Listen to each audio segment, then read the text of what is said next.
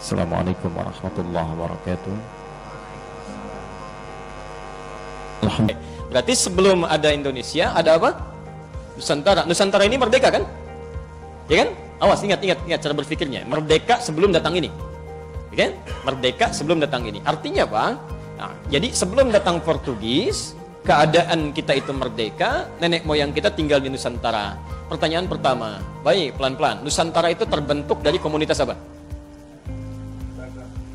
Jangan salah, 90% lebih itu Muslim. Cek ya, awas, hati-hati, pelan-pelan. Kan kita mau bicara tentang peran umat Islam. 90% lebih, kita ambil 90% itu Muslim. Buktinya gampang, silahkan cek. Ya, dari Sabang sampai Merauke, dari Aceh sampai ke pulau paling ujung, ya, bahkan ke Maluku. Kenapa disebut Maluku? Dari kata muluk. Muluk itu dari kata Malik. Malik itu kerajaan-kerajaan, kesultanan-kesultanan, diambil dari bahasa Arab. Ada Bacan, Ternate, Tidore, Ambon dan sebagainya. Artinya Islam semua. Islam, ya. 90% lebih Islam. Selebihnya sedikit Hindu, ada Hindu. Pelan-pelan. Sedikit Buddha, sedikit saja, ya. Baik. Kemudian animisme selebihnya. Animisme. 90% lebih Muslim. Ada apa lagi kira-kira? Nggak ada. Nggak ada, tapi bagus pertanyaannya, kapan Kristen datang? Silahkan Anda cek. Di semua buku-buku sejarah tidak pernah disebutkan kapan Kristen datang. Tapi Anda akan temukan, kita objektif ya dengan pandangan ilmiah ya, kita tidak membahas agama tertentu dan sebagainya, kita sedang bahas sejarah. Anda akan lihat sejarah Islam datang ke Nusantara. Sejarah Hindu ada di Nusantara, sejarah Buddha ada di Nusantara, tapi tidak pernah ada buku sampai hari ini membahas kapan Kristen datang ke Nusantara. Sampai muncul saat ini. Ya. Nanti ada pertanyaan besar, nanti kita akan temukan di akhir. Nah, sekarang kalau pertanyaannya, kapan Kristen ada? Ya? Kemudian, pelan-pelan, apakah hanya 3 atau 4 ini saja kepercayaan yang muncul? Benar. Jadi, saat hidup dalam keadaan 90% Muslim, ada Hindunya, ada Buddhanya, ada animismenya, ternyata merdeka Nusantara, nggak ada masalah. Artinya apa?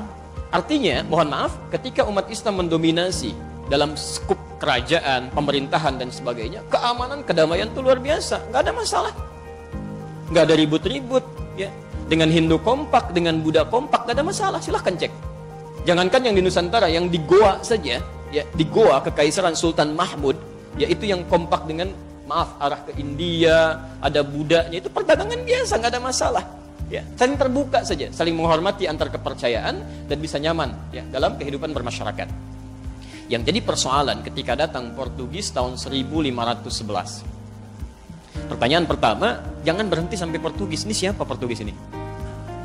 Dari mana mereka bisa datang? Siapa yang menyuruh mereka datang ke sini? Dapat dari mana informasinya? Nah, kita telusuri dulu sampai kita ketemu nanti aspek-aspek yang menjadikan banyak hal yang nanti berpengaruh dalam kehidupan berbangsa dan bertanah air kita sampai hari ini. Portugis datang tahun 1511 itu bukan tiba-tiba datang, Bapak Ibu sekalian. Itu ada asal-muasalnya. Ya. Dimulai dari tahun 1494 terjadi satu perjanjian yang disebut dengan perjanjian Tordesillas. Ya, Tordesillas. Apa perjanjian Tordesillas itu? Perjanjian Tordesillas ini perjanjian yang diprakarsai oleh seorang paus besar bernama paus besar bernama Alexander ke-6. Ya. Setelah jatuhnya Granada, ya, dalam kekuasaan Muslim di Andalusia dengan bersatunya Raja Ferdinand dan Ratu Isabella. Keduanya bersatu menaklukkan kerajaan Granada di akhirnya. Singkatnya, habis Islam di Spanyol. Muslimnya maksudnya, ya, habis Muslim di Spanyol. Nanti kalau ada waktu lagi lebih jauh, saya akan cerita bagaimana konversi agama berlaku pada saat itu, bagaimana orang-orang Islam telinganya dipotong, diinkuisisi, sampai darah itu naik sampai ke tinggi permukaan tertentu. Ya. Kita lihat teruskan saya dulu ke sini. Setelah selesai, ya, kemudian Paus Alexander ini mengumpulkan kekuatan-kekuatan pada saat itu, ya, tentara salib. Kemudian diberikan dekrit, dibuat perjanjian. Dikumpulkanlah 2 kerajaan besar yang punya jasa pada saat itu menaklukkan Granada. Ya. Satu kerajaan Portugal, kenal dengan Portugis. Ya, Ronaldo belum lahir saat itu. Kemudian Spanyol, Barcelona belum ada. Ya. Macam-macam lihat. Tapi nanti ada kaitan loh ya, ada kaitannya. Jadi Portugis dengan Spanyol. Keduanya dari Katolik. Ya. Di perjanjian Tordesillas ini, ya, kemudian difatwakan oleh Alexander yang ke-6 supaya keduanya ini melakukan ekspansi ke wilayah muka bumi dengan membawa misi 3G. Awas, ini nyata ya. Maka dibagi bumi itu ke dalam dua bagian. Jadi oleh Paus Alexander ke-6, bumi dibagi kepada dua bagian. Ada bagian barat, diminta kepada Spanyol untuk melakukan ekspansi ke sini. Ya. Kemudian bagian timur dimintakan kepada Portugis untuk bisa mengekspansi. Misi mereka langsung diberikan oleh Paus Alexander ke-6 disebut sebagai misi suci dengan misi 3G. Jadi 3G dulu sudah ada. Ya. Hati-hati ya. Apa misinya? 3G yang dimaksudkan, satu, gold. Ya. Awas, mencari emas, cari pemasukan, kan? Kalau ke kita nanti nyari rempah-rempah, ya. Ada emas hitam, ada emas hijau yang teh, gitu kan? Ada kopi dan sebagainya, semua digali. Ini poinnya. Kedua, glory. Hati-hati, dia berekspansi, menyebarkan ajaran, menyebarkan wilayah, ya, mencapok dan sebagainya. Ini misinya ini, hati-hati ya. Yang ketiga, gospel. Ini gospel, membawa misi Katolik. Ya. Di pelan-pelan misi Katolik ini dibawa menyebar ke seluruh dunia dengan kesepakatan perjanjian Tordesillas oleh dua kerajaan ini. Di ketika Portugis datang ke Nusantara pada tahun 1511, ini puncak 3G ini memang dibawa tiga-tiganya. Ya. Pelan-pelan. Jadi ketika mereka datang 1511, asalnya nyasar dulu, Pak. Nyasar dulu, ya. Dia nggak langsung ketemu sampai ke Selat Malaka, tidak. Karena mereka belum tahu bagaimana cara bernavigasi, menemukan tempat yang paling tepat ya untuk koordinatnya, ya, sampai minta bantuan nanti kepada seorang navigator muslim namanya Ahmad bin Majid. Ya.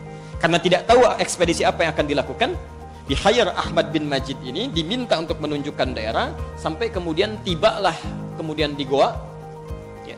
Di Goa ini diketahui bahwa pusat rempah-rempah ternyata bukan dari Goa, bukan dari India. Ini cuma transit saja. Ya. Ternyata diketahui berasal dari Nusantara. Maka tahun 1511 di bawah pimpinan Alfonso de Albuquerque, dia datang kemudian mengekspansi dengan ratusan kapal datang ke sini. Ingat misi yang dibawa 3G ini.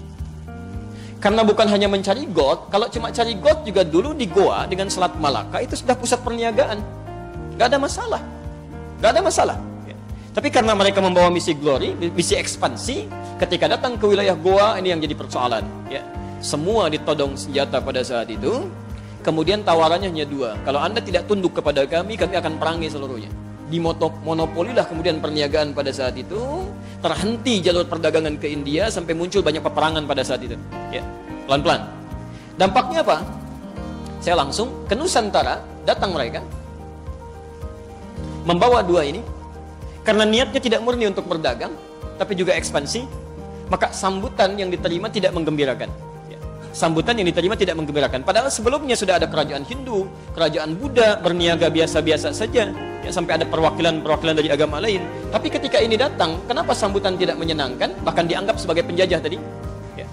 Karena pertama, mohon maaf, mereka datang dengan sikap ini. Ya, arogansi untuk menjajah. Yang kedua, ada misi yang dibawa ini. Ya. Yang langsung bertentangan dengan 90% umat Islam yang hadir di dalamnya. Ya. Apa yang terjadi? Ini yang mau saya gambarkan. Ketika mereka datang pertama kali, itu langsung yang dilakukan diantaranya membangun pusat ibadah. Yang diberi nama dengan bahasa Portugis atau bahasa Latin dengan nama igreja. Igreja. Ya, igreja. Nanti lisan orang lokal menyebut igreja, hilang i-nya menjadi gereja sampai sekarang. Jadi gereja itu asalnya bukan bahasa Indonesia, ya, tapi dari bahasa Latin. Ya. Di mereka bangun pusat ini, kemudian mereka melakukan ekspansi. Sehingga disebutlah pada saat itu penjajah, ya, dengan membawa kepercayaan yang berbeda. Nah, setiap kali mereka datang ke sini untuk beribadah, salah satunya, ya, itu 2 hari setelah umat Islam menunaikan ibadah setiap pekannya. Antum kalau pekanan ibadah dalam kepercayaan Islam, dalam agama kita, di hari apa? Jumat. 2 hari setelah hari Jumat hari apa? Tuh, sudah salah. Nggak ada hari Minggu. Nggak ada hari Minggu. Ya, nggak ada. Dari dulu itu bahasanya nggak pernah ketemu Minggu. Namanya Ahad. Kapan ketemu Minggu? Ketika orang-orang Portugis ini ingin ibadah ke gereja, kan dalam kepercayaan Katolik salah satunya, ketika akan menyembah Tuhannya tidak langsung kan? lewat perantara. Ya. Kalau kita mau mohon ampun kan langsung sama Allah istighfar ya. Dalam Katolik tidak. Mereka harus datang ke perwakilan, ke Bapa, melakukan penebusan dosa. Ngaku lewat situ baru oleh Bapa dimohonkan. Jadi nggak bisa langsung. Ya karena Bapa orang suci, yang ini kotor nggak bisa langsung kepada yang suci, nggak nyambung. Jadi harus lewat orang suci dulu. Ya, jelas ya? Walaupun Bapa ini kalau salah juga nyambungnya kemana belum jelas juga, ya. Baik. Tapi poinnya, jadi ketika mereka akan menyembah, itu tidak langsung harus melewati orang suci. Orang suci pada saat itu yang dikenal bernama Santa Domingo. Santa Domingo. Santa Domingo. Ya. Jadi ketika mereka 2 hari setelah orang Islam pergi ke gereja, orang bertanya ini mau kemana? Ya. Itu mau ke Santa Domingo, nyembah Santa Domingo. Ya. Orang kita kan dari dulu sampai hari ini itu senang menyingkat-nyingkat kalimat. Ya. Coba perhatikan, Santa Domingo, Domingo, Domingo jadi minggu pada akhirnya. Ya kan? Domingo, Domingo, Domingo, Minggu. Dari sinilah muncul istilah hari Minggu. Sampai hari ini mereka mingguan itu ibadah. Ya. Nah, awal mula datang mereka membawa satu agenda besar untuk melakukan pembelengguan atau penjajahan yang disebut sebagai penjajahan pertama. Tapi kenapa di buku sejarah itu selalu terhenti sampai terhenti sampai poin nomor 2 saja. Mencari rempah-rempah, melakukan penjajahan. Dan ini tidak pernah dibahas. Karena itulah sampai hari ini di sekolah-sekolah tidak akan pernah diajarkan dari mana munculnya agama Kristen di Indonesia. Tidak akan pernah ada. Karena memang muncul lewat penjajahan yang sebelumnya tidak ada sama sekali. Dan ini yang membuat kekacauan pada saat itu. Ya, dengan misi-misi yang datang. Ya, pelan-pelan kita tidak ingin menunjuk agama tertentu, tapi kita hanya membahas secara ilmiah. Jelas sampai sini? Oke, pelan-pelan. Ini datang sampai kemudian ketika mereka menguasai beberapa tempat, ada paksaan-paksaan. Karena misinya gospel, di gospel itu kan mengembalikan domba-domba yang tersesat. Ya, hati-hati itu. Jadi antum ini domba-domba nih, kalau masih tersesat gitu ya, harus dikembalikan ya, kembalikan ke kandangnya walaupun kejauhan. Jadi kalau dalam Anda lihat, saya punya koleksi Bible. Saya punya koleksi juga. Saya dari Barnabas saya punya di rumah ya. Ada Barnabas dari Bible beberapa versi sampai ke kitabnya orang Yahudi. Anda akan lihat di kitab mereka aja diterangkan ya, agama Kristen itu yang sekarang disebut Kristen atau Nasrani itu hanya boleh disebarkan di sekitaran Palestina aja. Nggak boleh keluar dari situ. Jadi kalau nyampe ke Indonesia itu kejauhan. Harusnya di situ aja, nggak boleh keluar. Ya karena yang harus diambil itu hanya diluruskan, kembalikan ke tempat-tempat di mana Nabi Isa alaihissalam itu dilahirkan, di sekitaran itu aja. Ya, Bethlehem dan sekitarnya. Ya. Yang jadi persoalan sekarang, ketika datang karena punya misi tadi, maka mulai ngajak-ngajak. Tidak cuma sekedar ngajak. Ya, ada yang dipaksa, ada yang kemudian jadikan budak, ada yang diajak ke gereja. Dalam bahasa Arab, gereja disebut dengan kanisa. Dan orang tua kita dulu sebelum ada Indonesia, itu terbiasa dengan bahasa Arab. Ya, terbiasa. Karena sistem yang digunakan, mereka belajar dari Mekah, guru-guru pada datang dan sebagainya. Dan bahasa Arab sudah familiar pada saat itu, termasuk dengan bahasa Melayunya. Maka, ulama-ulama kita pada saat itu, termasuk nanti sampai zamannya Kiai Haji Muhammad Hashim Asy'ari, memberikan fatwa tentang fenomena yang muncul pada saat itu. Yang paling gampang ya, saya tunjukkan bukti yang paling ilmiah. Kiai Haji Muhammad Hashim Asy'ari itu menulis 19 kitab. Beliau yang mendirikan Nahdlatul Ulama tanggal 31 Januari 1926. Menulis 19 kitab. Di kitab keduanya namanya Risalah Ahlus Sunnah wal Jamaah. Antum buka halaman ke-14, posisi paling kanan, paragraf pertama, baris 1 sampai dengan baris yang kelima. Oke. Oh, hati-hati ya, namanya Risalah Ahlus Sunnah wal Jamaah dan ditulis dalam bahasa Arab. Ahlus Sunnah wal Jamaah. Sebelumnya di halaman 99 beliau memberikan prolog. Halaman 9 posisi paling kiri sebelah atas diberikan bab faslun, kata beliau, fasal awwalu dhuhuril bid'ah fi ardi Jawa, tentang awal kemunculan bid'ah di tanah Jawa. Bid'ah yang disebutkan di sini bukan masalah fikih, tapi akidah, kepercayaan menyimpang, wantisyaruha dan penyebarannya di pelosok Jawa, wal mubtadi'in dan tokoh-tokohnya. Di halaman ke-14 ya posisi paling kanan paling atas disebutkan, mohon maaf ya, wa minhum, dan diantara mereka ada orang-orang yang ikut-ikutan ke kanisa, ilal kanais, ke gereja. Ada fatwa keluar, ya, sudah ikut-ikutan.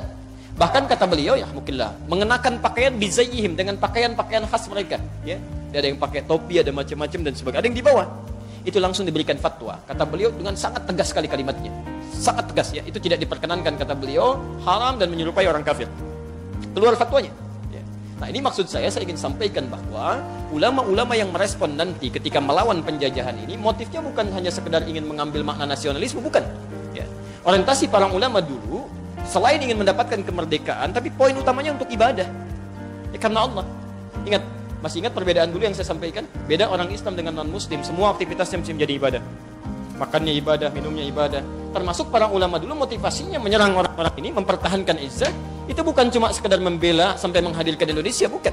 Tapi motivasinya bagaimana beribadah kepada Allah Subhanahu wa taala. Karena itu akidah dia jaga, kan, perjuangan fisik dia kemudian lakukan, dan seterusnya. Sampai kemudian datanglah persaingan. Mulanya datang Perancis, sampai kemudian Spanyol yang paling kuat. Hati-hati, materi sangat penting ya. Sangat penting, saking pentingnya nggak bisa dihapus tuh, agak susah ya. Baik, 1521 Miguel Hans ya datang membawa pasukan Spanyol. Pasukan Spanyol tadi masih ingat ditugaskan kemana? Oleh Alexander ke barat. Cuman di barat gak ada apa-apa, kosong ya. Amerika belum ditemukan, gak ada macam-macam, kosong. Jadi dia merasa gak ada sesuatu yang didapatkan. Akhirnya melihat perkembangan Alfonso yang ada di timur, kok bagus nih, prospeknya bagus, maka diikuti. Maka dia masuk lewat Kepulauan Sulu yang sekarang bagian Filipina bagian selatan itu. Ya, pada tahun 1521. Filipina juga dulu Muslim. Ya, antum harus tahu artinya Mindanao itu apa. Ya, ada Mindanao, Islamabad, orang cuma tahu kalimat-kalimat apa. Istanbul, itu kan kota Islam. Ya, kota Islam Madani, kan? Jadi kerajaan-kerajaan Islam itu sudah berkembang di sekitaran-sekitaran itu. Ya. Spanyol masuk, kan? Kemudian melakukan penjajahan di situ. Nah ini Portugis merasa ada ancaman, khawatir ada persaingan di situ, maka kemudian dia membuat benteng-benteng di sekitaran tepian pantai, termasuk juga benteng daerah Sunda Kelapa. Maka dibangunlah kemudian benteng besar di situ, kan?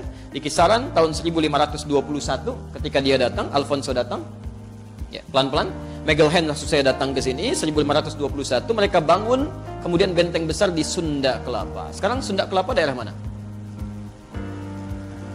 Jakarta. Tahu dari mana Jakarta? Dulu Jakarta nggak ada. Jakarta nggak ada. Disebutnya Sunda Kelapa. Ya, dalam proses itu kemudian apa yang terjadi? Karena sudah mulai datang ke daerah sini, pelan-pelan ya, pelan-pelan. Membawa misi-misi yang tadi juga, orang dipaksa bikin benteng, akidah sudah dihancurkan, rampas macam-macam. Maka kalau Anda baca sejarah, daerah Sunda Kelapa ini bukankah perpanjangan dari mulai ke Banten sampai ke Cirebon, sampai Pajajaran kan? Baik, penguasa saat itu siapa? Hati-hati. Kekuasaan pada saat itu bukan cuma Siliwangi, cucunya yang pegang. Ya. Prabu Siliwangi kan nama aslinya Pamanah Rasa, kan? Pamanah Rasa itu menikah dengan siapa? Itu apa yang dibaca? Jadi Prabu Siliwangi itu namanya Pamanah Rasa. Dia penguasa kerajaan Pajajaran sampai luar biasa, luas kekuasaannya ya, dari ujung wilayah Banten sampai ke Ciamis sana, sampai nyebrang lagi hampir ke Jawa ke sana. Ya, itu Masya Allah, beliau seorang Hindu asalnya.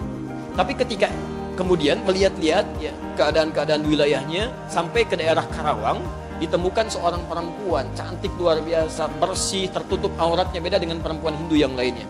Ya, siapa dia? Dikenal dengan Nyai Subang Larang. Sedang membacakan ayat-ayat yang tidak pernah didengar sebelumnya. Ya, ternyata sedang baca Quran. Nyai Subang Larang itu murid seorang syekh besar yang baru pulang dari Mekah. Mekah disebut dengan Ummul Qura, dikenal dengan Syekh Qura. Syekh Qura itu nama aslinya Syekh Hasanuddin.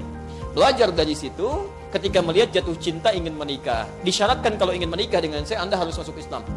Masya Allah, ibu deh ya. Ibu seorang perempuan, ditaksir seorang raja, itu kan? Yang apa saja bisa dilakukan, tapi dia dengan imannya bisa mengatakan, kalau ingin nikah dengan saya, masuk Islam. Terbayang nggak? Ya? Ada raja, punya kekuasaan, datang ke rakyatnya, kata rakyatnya, mau nikah dengan saya, masuk Islam. Bagaimana iman itu bisa dipegang dengan kuat? Ya. Maka saya persingkat, menikah dengan Nyai Subang Larang, dia masuk Islam, punya anak, tahun 1423 lahir anak pertama, diberi nama Walang Sungsang. Ya. Walang Sungsang. Itu dulu biasanya orang-orang dulu itu memberi nama anak-anaknya sebagian dari pengaruh animisme dengan nama-nama binatang. Ya, persis di tahun-tahun jahiliyah dulu kan. Ada yang diberi nama Khimar, Usama, kan? Asad itu kan si singa, si keledai, macam-macam dan sebagainya. Oke? Oke, 1426 lahir adiknya perempuan diberi nama Rara Santang. Rara Santang. 1426. Kemudian 1427 tahun kemudian lahir lagi adiknya bernama Raja Sengara. Raja ya, Sengara. Baik. Begitu lahir langsung melotot mungkin ya, agak Sengara. 1427. Nah, yang lebih singkat lagi kemudian ini seluruhnya masuk Islam. Ketika masuk Islam kemudian hijrah ke Mekah untuk berhaji, Walang Sungsang dengan adiknya dulu Rara Santang ini tinggal. Ya. Ketika hijrah ke Mekah itulah berganti nama, walang sungsang berubah menjadi Abdullah Iman. Abdullah Iman. Sementara Rara Santang berubah nama menjadi Syarifah Mudaim. Syarifah Mudaim. Ini Syarifah, yang ini Abdullah Iman. Qadarullah ketika selesai menunaikan haji, saat akan berangkat berkemas pulang, bertemulah kemudian di perjalanan dengan seorang pemuda tampan berasal dari Mesir, namanya Syarif Abdullah. Syarif Abdullah ini siapa? Syarif Abdullah ini ternyata satu di antara dua anaknya, salah satu ulama besar yang sedang mendakwahkan Islam di Nusantara, dikenal dengan Wali Songo. Ada yang dari Mesir namanya Ahmad Jumadil Kubra. Ahmad Jumadil Kubra punya dua orang anak. Satu yang ada di Nusantara di bawah bernama Maulana Ishaq. Dari Maulana Ishaq ini nanti turun ke Haji Ahmad Dahlan dengan Kiai Haji Muhammad Hashim Asy'ari, ya, nanti kita di akhir kalau mau bacakan nasabnya. Kemudian dari satu lagi bernama Syarif Abdullah yang tidak diajak ke Nusantara, tapi sedang sibuk kemudian dia belajar sampai menunaikan haji ke Mekah. Di Mekah inilah bertemu dengan Syarifah Mudaim, jatuh cinta ke sini, minta izin menikah, dinikahkan kemudian oleh kakaknya, diboyong ke Mesir. Di Mesirlah berumah tangga sampai selama 20 tahun, lahir anak diberi nama Syarif Hidayatullah. Dialah yang belajar nanti di Mesir sampai ke Ibnu Athaillah As-Sakandari dan sebagainya. Ketika selesai itu pulang, ini Abdullah Iman pulang duluan, diberikan wilayah oleh Prabu Siliwangi dikenal dengan Pamanah Rasa, sampai singkatnya dikenal dengan Cirebon sekarang. Dulunya Lemah Wungkuk. Ya, cuma dia satukan, ada dua riwayat di situ, ada orang yang senang mengambil udang rebon itu, ya, sehingga disebut dicampur dengan air disebut dengan Cirebon. Ya, ada riwayat lain mengatakan dari Caruban. Caruban itu campuran, karena ketika datang ke Lemah Wungkuk ada etnis-etnis yang berbeda. Ada Arab, ada sebagian Cina, ada orang lokal. Ketika dicampurkan dari Caruban, lisan orang kemudian berubah jadi Cirebon.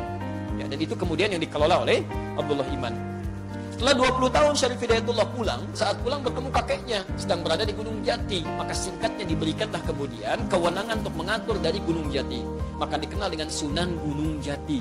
Ya, nanti punya dua orang anak perempuannya dinikahkan dengan panglima besar, hebat, luar biasa dan soleh dekat dengan Allah. Dikenal dengan Fathullah.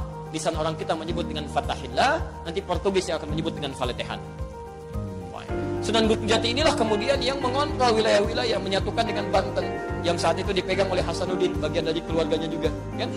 Nah, ketika melihat Portugis masuk ke sini, sudah mulai mengacau, termasuk ke Artidah dan sebagainya, maka diutuslah Fathullah atau Fatahillah atau yang disebut dengan Faletehan untuk bisa mengimbangi, bahkan bisa menghancurkan dan melepaskan Sunda Kelapa dari jajahan Portugis. Singkatnya pada tanggal 22 Ramadan 933 Hijrah, bertepatan dengan 22 Juni 1527, 25 Juni atau 22 Ramadan, ya, Ramadan 933 Hijrah. Dengan izin Allah Subhanahu wa taala ini ditaklukkan. Anda harus ingat sebelum berangkat itu Masya Allah mereka kaidah-kaidah jihad. Berwudu dulu, kan? Kemudian sholat, memohon kebaikan pada Allah Subhanahu wa taala, membersihkan niat. Dengan izin Allah ditaklukkanlah ini. Ketika ini selesai, ditaklukkan, selesai singkatnya Portugis kalah, maka mereka mulai berpikir, apa yang akan kita namakan dengan nama kota ini? Maka setelah mereka merenungkan, tidak mungkin ini terjadi kecuali karena izin Allah Subhanahu wa taala. Dalam Islam tidak ada penyerangan. Ya, tidak ada penyerangan, tidak ada tembak lukai orang, tidak. Hanya bertahan dalam kebaikan. Karena itu Islam tidak pernah mengenal ekspansi, tapi disebut dengan Fathu Makkah, pembukaan kota Mekah. Kita harus buka Sunda Kelapa ini karena ini daerah kita dijajah oleh orang. Kita harus buka lagi. Ya, maka di Quran ada surah Al-Fatah, surah ke-48, terinspirasi dari situ ayat pertamanya Inna fatahna laka fatham mubina. Terenungkan dari sini tidak mungkin kalau dengan izin Allah kita mendapati fathah ini. Maka diberi namalah kemudian nama Sunda Kelapa ini dengan Fatham Mubina. Fatham Mubina itu kemenangan yang sangat luas, ya. Dalam bahasa lokal disebut dengan Jayakarta. Jadi Jayakarta itu bahasa Quran. Jayakarta. Yang kemudian akan disingkat menjadi Jakarta. Kemudian hari. Sampai hari ini, ulang tahun Jakarta, sampai hari ini sebagai syukur nikmatnya itu dilekatkan pada tanggal ini. Ya. Jadi sebetulnya bukan, maaf ya, dari kemerdekaan atau disebut sekarang ulang tahun Jakarta, itu hakikatnya sebetulnya pembebasan Sunda Kelapa yang menjadi Jayakarta dengan izin Allah Subhanahu wa taala, bukan cuma pembebasan dari penjajah, bukan. Ada pembebasan dari akidah, dari macam-macam dan sebagainya.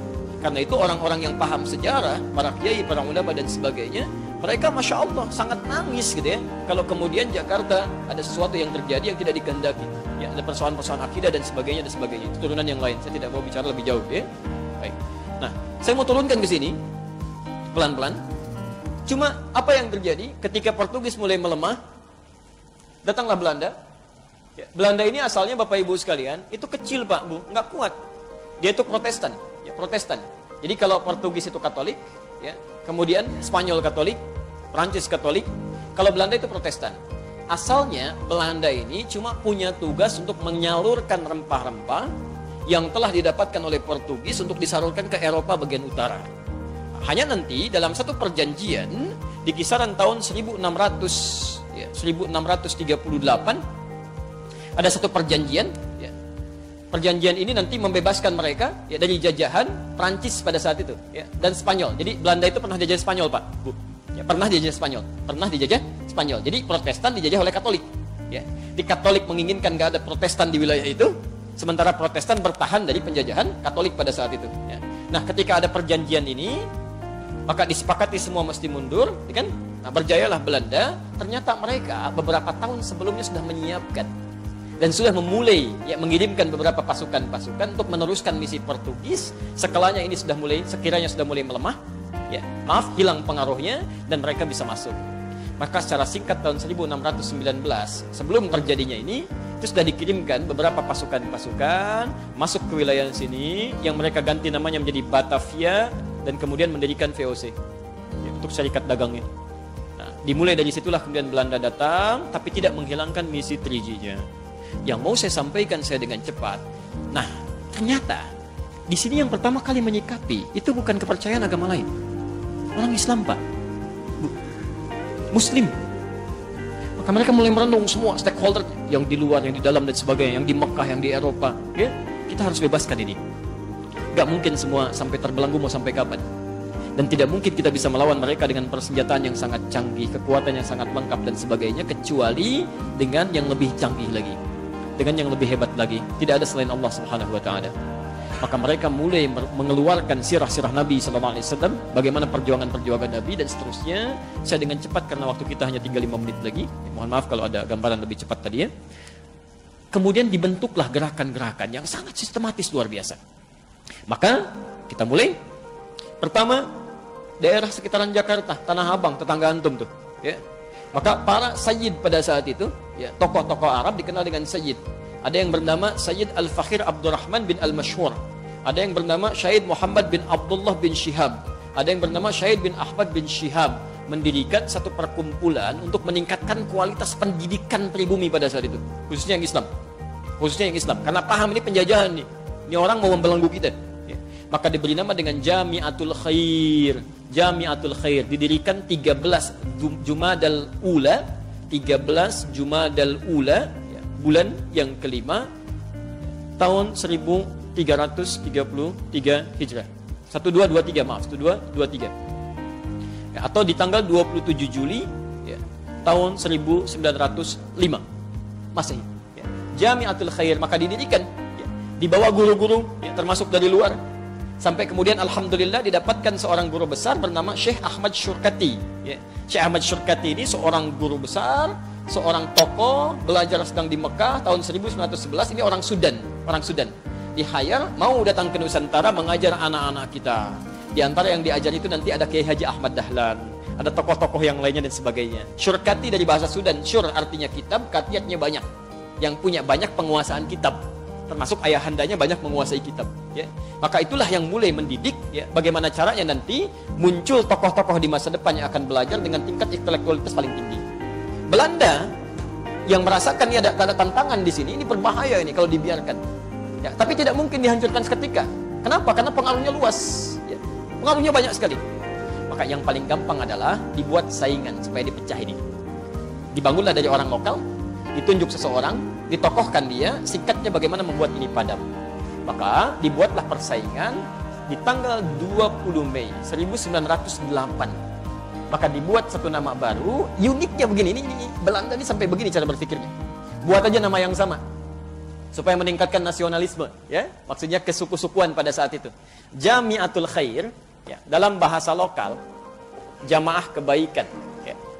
Dalam bahasa Jawa disebut dengan Budi Utomo. Maka didirikanlah satu organisasi bernama Budi Utomo tahun 1908 dengan tokohnya bernama Dr. Sutomo yang sebetulnya bukan nama aslinya Dr. Subroto, kemudian berubah menjadi Dr. Sutomo. Oke?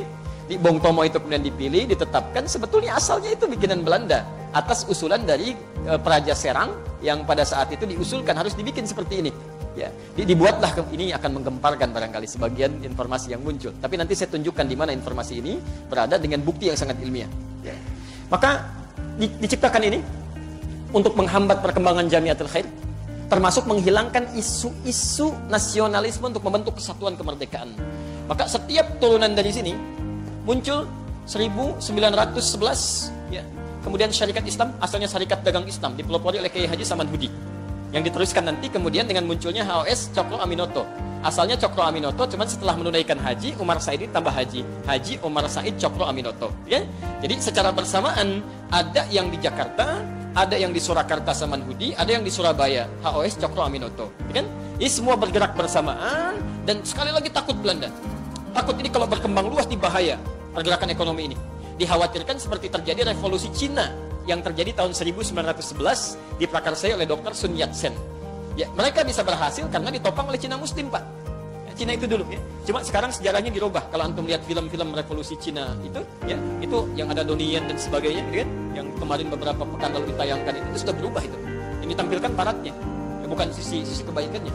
Nah, ini mereka khawatir, maka dibuatlah saingan Syarikat Dagang Islamiyah. Jadi yang ini dibuat Budi Utomo, yang sana dibuat Syarikat Dagang Islamiyah. Tapi ternyata dengan izin Allah, siapa yang tulus itu yang langgeng. Ini langgeng, yang dua tadi hancur. Coba antum bisa nggak temukan sampai sekarang. Saya mohon maaf ya, alumni dari sini, Jamiatul Khair, Kiai Haji Ahmad Dahlan, bisa mendirikan Muhammadiyah. Berapa sekolah yang telah beliau bangun? Sampai hari ini, universitasnya, rumah sakitnya, segala ini didirikan dari sini. Sampai mendirikan Muhammadiyah itu pada tanggal berapa? 8 Zulhijjah 1330 Masehi, 18 November 1912, ya. 1330 Hijriah, 1912 Masehi. Baik, itu sampai sekarang ada. Tapi apakah saya mau tanya, antum pernah dengar nggak sampai sekarang sekolah Bung Tomo, Ormas, sampai mana? Nggak ada, karena itu bikinan. Dan yang paling menarik, dalam setiap konferensi Yong Java dan sebagainya, itu selalu mengatakan tidak boleh ada persatuan, nggak ada bangsa Indonesia. Kalimat bangsa Indonesia itu dibawa oleh orang-orang alumni di sini. Dan termasuk yang paling menarik, salah satu muridnya Haji Umar Said Cokro Aminoto adalah Insinyur Soekarno. Itulah yang dilatih oleh Soekarno. Dilatih oleh Cokro Aminoto bagaimana cara berorasi, bagaimana cara memetakan dan sebagainya, sampai dengan singkatnya diraihlah kemerdekaan itu. Tidak banyak orang tahu bahwa Jalan Kebangsaan Timur nomor 56 itu ketika akan melakukan satu hal yang sangat dicatat dalam sejarah yang disebut dengan proklamasi itu, rumah itu diwakafkan oleh orang Islam, orang Arab, keturunan Yaman, yang kemudian oleh Bung Karno diberikan penghargaan, langsung tulis surat langsung ditandatangani oleh beliau sendiri. Itu orang Islam yang punya, yang sekarang jadi Gedung Merdeka itu ya, seterusnya itu orang Islam yang punya, diwakafkan sampai diberikan madu Bung Karno sebelum beliau proklamasi dan seterusnya. Jadi kalau anda bertanya kemudian bagaimana sikap seorang muslim dalam menyikapi kemerdekaan ini, kita kembalikan. Ya, kalau merdeka itu kan tidak diraih, mohon maaf ya, bukan dengan perjuangan semata. Kalau berjuang banyak yang berjuang, tapi ketika mereka berjuang tidak dapat apa-apa. Mereka berjuang dengan kalimat tauhid. Saya mau tunjukkan cepat. Antum pernah lihat nggak? Pernah dengar? Ketika Insinyur Soekarno, Bung Hatta dan sebagainya ditahan oleh Belanda, Istana Yogyakarta dibuang sampai ke Bangka. Siapa yang pulang? Yang punya siapa? Jenderal Besar Sudirman. Siapa yang Jenderal Besar Sudirman? Hati-hati jangan meniru itu seorang guru. Guru yang disiapkan oleh siapa? Pegawainya Ahmad Dahlan. Itu guru sekolah, Pak. Dia angkat tanya, Masya Allah, angkat senjata, beliau dengan nama Allah. Dalam keadaan ditanduknya separuh paru-parunya. Dan berjuang. Didapatkan sebuah kemenangan yang luar biasa. Pada akhirnya diproklamasikan, jadilah Indonesia. Kemudian dirumuskan sampai ketemu Pancasila. Pancasila itu yang merumuskan 5 orang. Siapa yang 5 orang ini? Semuanya orang Islam. Semuanya orang Islam. Silakan, dari mulai bapaknya Gus Dur, ya, Kiai Haji Wahid Hashim. Kemudian nanti ada Ki Bagus Hadikusumo, ada Mr. Kasman Singo di Mejo. Semuanya orang Islam.